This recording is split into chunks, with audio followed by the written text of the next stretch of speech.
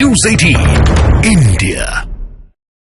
तो भले ही चर्चा गर्म है कि बीजेपी और जेडीयू मिलकर सरकार बनाने जा रही है, लेकिन आरजेडी ने भी हथियार नहीं डाले हैं। आरजेडी सत्ता में बने रहने की आखिरी बाजी इस वक्त खेल रही है, क्योंकि महागठबंधन के बचे हुए सारे दलों को मिलाकर भी आरजेडी के पास बहुमत का आंकड़ा मौजूद नहीं है। फिर भी आरजेडी की कोशिश अभी भी जारी है। कभी जीतन राम मांझी से संपर्क साधा जा रहा है, तो कभी लेफ्ट पार्टियों के दफ्तरों में फोन मिलाए जा रहे हैं। देखिए,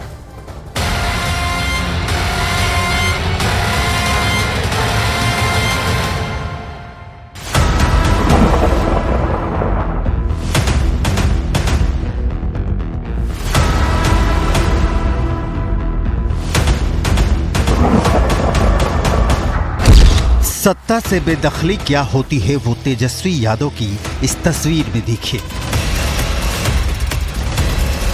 चाचा भतीजा सत्ता के लिए साथ आए और सत्ता के लिए अलग हो रहे हैं। गलबाहियां, पुचकारियां, मुस्कुराहटें और अब रुसवाइयां।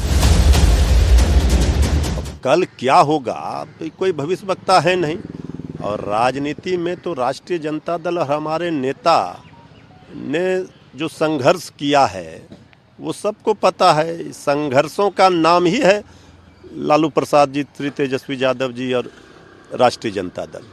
तो इसलिए जनता के लिए समर्पण, जनता के लिए जो कमिटमेंट है, उस पर हमारी पार्टी, हमारे नेता सब दिन रहे हैं, आगे भी रहेंगे।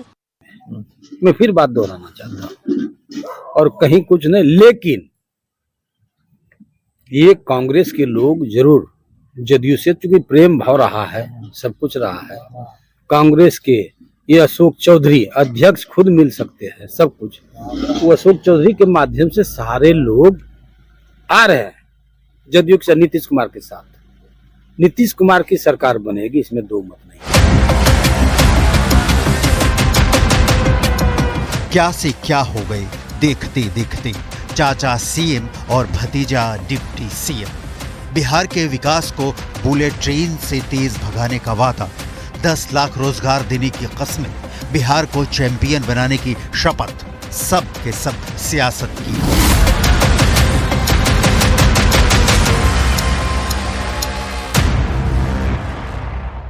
चाचा ने भतीजा का साथ छोड़ दिया सत्ता छीन ली। सियासत है, ये सब चलता है, लेकिन सवाल है अब आरजेडी क्या करेगी।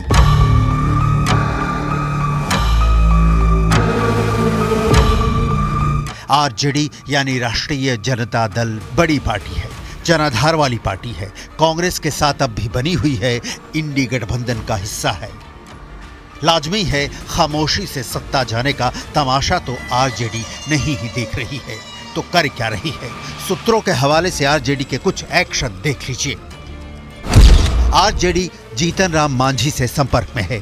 पूर्व मुख्यमंत्री जीतन राम मांझी अभी एनडीए में है। प्रधानमंत्री नरेंद्र मोदी के प्रति बार बार आस्था जता चुके हैं। हिंदुस्तान अवामी मोर्चा के पास 4 विधायक हैं। जीतन राम मांझी के बेटे संतोष सुमन पिछले साल जून में नीतीश मंत्रिमंडल में मंत्री थे। उस वक्त नीतीश पूरे देश में घूमकर प्रधानमंत्री नरेंद्र मोदी के खिलाफ विपक्ष का एक बड़ा मोर्चा तैयार कर रहे थे। उनको आशंका थी कि जीतन राम मांझी के बेटे के जरिए उनके गठबंधन की खबरें बीजेपी तक पहुंच सकती हैं। बाद में जीतन राम मांझी के बेटे को मंत्रिमंडल छोड़ना पड़ा, लेकिन जीतन राम मांझी का दावा था कि नीतीश चाहते थे कि हम का जेडीयू में विलय हो जाए, जो उनको मंजूर नहीं था। जीतन राम मांझी के पास एक बार फिर मौका है, लेकिन बड़ा सवाल यही है कि क्या वो एनडीए छोड़ने का खतरा मोल लेंगे।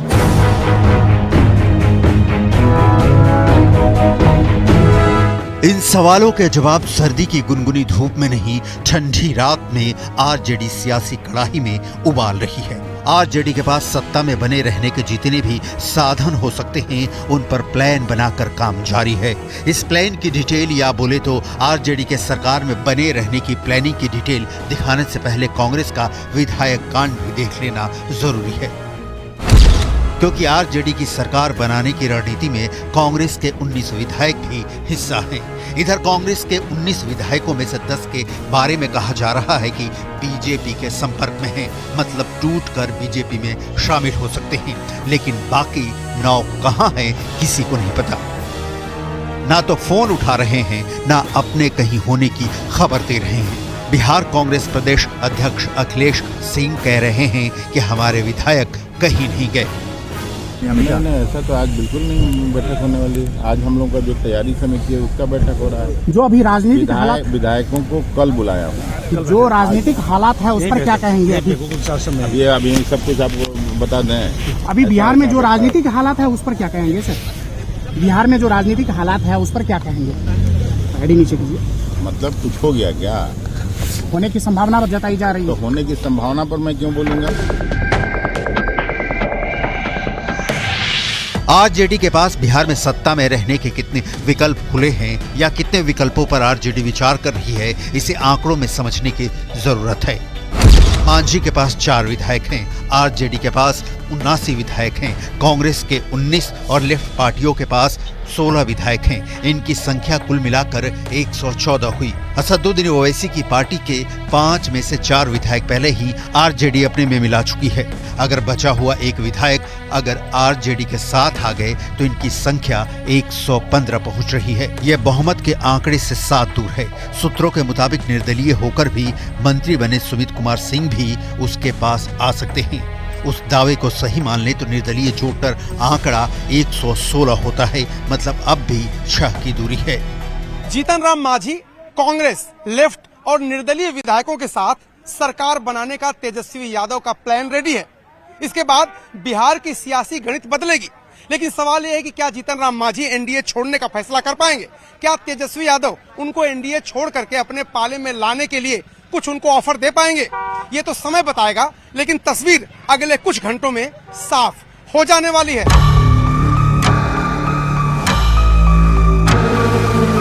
इसके गुत्थे सुलझाने के लिए आरजेडी की इस एक्शन प्लान पर काम कर रही है। इसकी डिटेल दिखाने से पहले आपके सामने अब बिल्कुल पिक्चर क्लियर है कि बिहार में नई सरकार किसकी होगी और नई सरकार का मुखिया कौन होगा।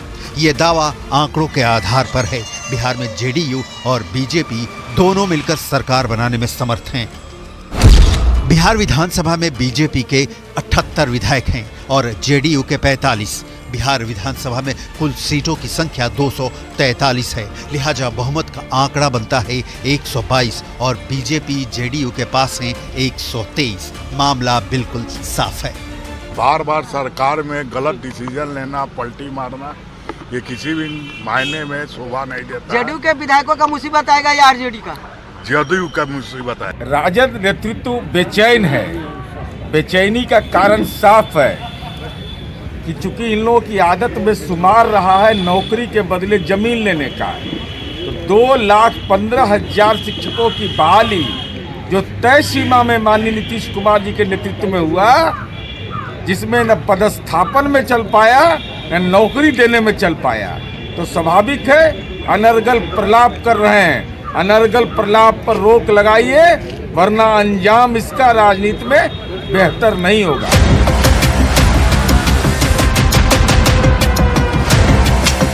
लेकिन क्रिकेट मैच की तरह सियासत में भी जब तक आखिरी गेंद फेंक नहीं दी जाती, संभावना बची रहती है। यहाँ तो और भी पलटीमार नीतीश कुमार का मामला है। दूसरी ओर एक आंकड़ा और है जिसके मुताबिक नीतीश के रहते बिहार में महागठबंधन का आंकड़ा था 159 और उनके 45 विधायकों के जाने से हो गए 114, जो कि बहुमत से 1 तो नहीं 8 से दूर हैं। तो आरजेडी का सारा गुड़ा भाग यहीं बिगड़ जाता है। लेकिन आरजेडी अब भी हाथ पैर मार रही है, अंतिम प्रयास कर रही है, जिसका कोई नतीजा शायद ही निकले। लालू यादव के राजपाट के दिन विदा हो गए।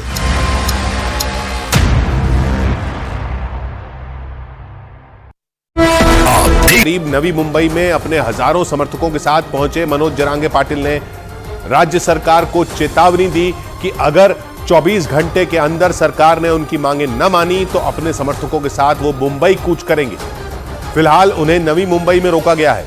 वो 26 जनवरी यानी मुंबई में एक बड़ा विरोध 26 जनवरी यानी मुंबई में एक बड़ा विरोध प्रदर्शन करने वाले थे, और जब उन्हें मुंबई पहुंचने की इजाजत नहीं मिली तो उन्होंने नवी मुंबई में ही इस प्रदर्शन की शुरुआत कर दी। नवी मुंबई में मनोज जरांगे पाटिल ने भूख हड़ताल का ऐलान कर दिया। उन्होंने महाराष्ट्र सरकार को मराठा आरक्षण पर फैसला लेने के लिए 24 घंटे का अल्टीमेटम दिया। और जैसे ही मनोज जरांगे पाटिल ने यह ऐलान किया, उनके हजारों समर्थकों ने एक साथ हुंकार भरी।